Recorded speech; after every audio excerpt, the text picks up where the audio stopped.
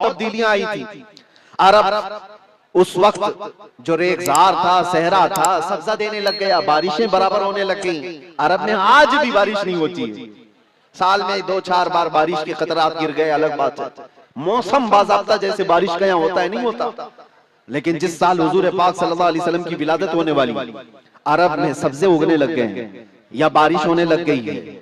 और उस साल जो हालात की तब्दीली थी, मुल्क शाम में एक नदी जो सूख चुकी थी वो अचानक जारी हो गई, पानी भर आया। और एक नदी जो हमेशा बहती वो अचानक सूख गई।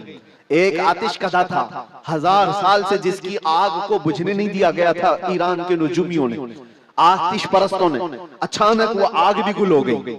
एक ही दिन में सब चीजें हो रही हैं। और कायनात में ये जो बड़ी बड़ी तब्दीलियां हुई थी, उस दिन एक और तब्दीली, बुत सारे औंधे मुंह गिरे हुए थे। जो 12 रबीउल अव्वल शरीफ का दिन था, ये सही रिवायात से मैं बता रहा हूं, बुत औंधे मुंह गिरे हुए।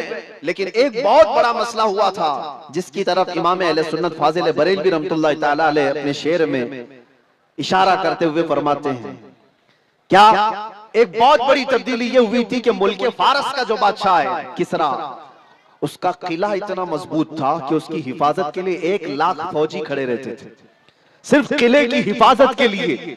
और वो किला इतना मजबूत कि उनका दावा था, उनका चैलेंज था कि इसको कोई तोड़ नहीं सकता, इसको मिटा नहीं सकता।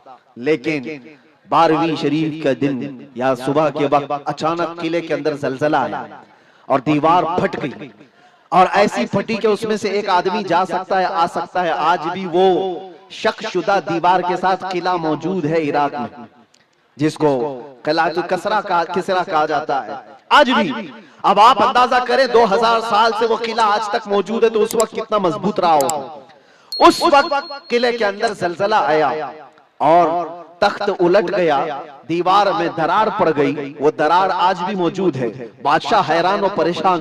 दूसरे दिन सारे नजूमियों को बुलाया गया और पूछा गया कि ये क्या माजरा है कि इतना मजबूत किला कैसे ये टूट गया, या इसकी दीवार में शगाफ कैसे आ गई है। तो सारे नजूमियों ने अपने इल्म के मुताबिक जो नतीजा निकाला, बादशाह से कहा, दर हकीकत ये जलजला आम जलजला नहीं है, ये तेरी दीवार का टूट जाना ये आम सी बात नहीं है। हमारा इल्म ये बता रहा है कि इस रुए जमीन पर अल्लाह का कोई नबी पैदा हुआ है जो तेरी सल्तनत को खत्म करने वाला है। एक बच्चा अरब में ऐसा आया है, आई नई हुकूमत, सिक्का नया चलेगा, आलम में रंग बदला, सुबह शबे विलादत। उस दिन जो हुआ था उसको इमाम अहले सुन्नत क्यों फरमाते हैं, वो एक दिन की बात है ना।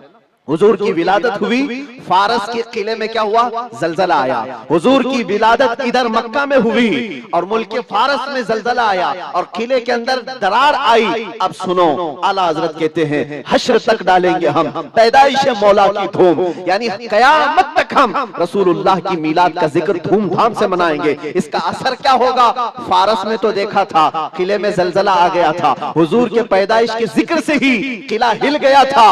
अब हम जब जब जिक्र करेंगे, मिसले फारस नजद के किले गिराते जाएंगे, मिसले फारस नजद के किले गिराते जाएंगे।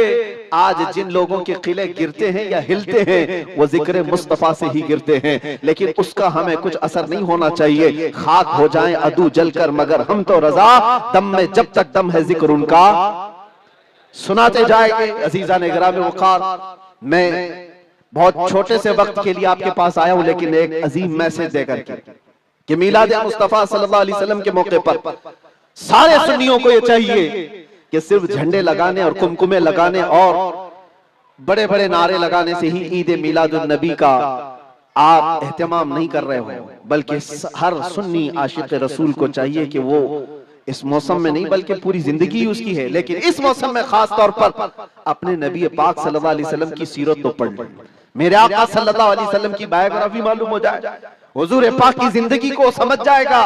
तो मेरे अजीजों, ये हवाओं के झोंकों से उसका कभी कुछ बाल बेका नहीं हो सकता। जो नबी पाक सल्लल्लाहु अलैहि वसल्लम को पढ़ा हुआ है वो तूफानों और आंधियों में अपना मजहब नहीं बदल सकता, वो लोगों की लालच पर अपना दीन का सौदा नहीं कर सकता। ये वही लोग हैं जो दीन के सौदा करते हैं जिन्होंने अपने नबी को नहीं पढ़ा।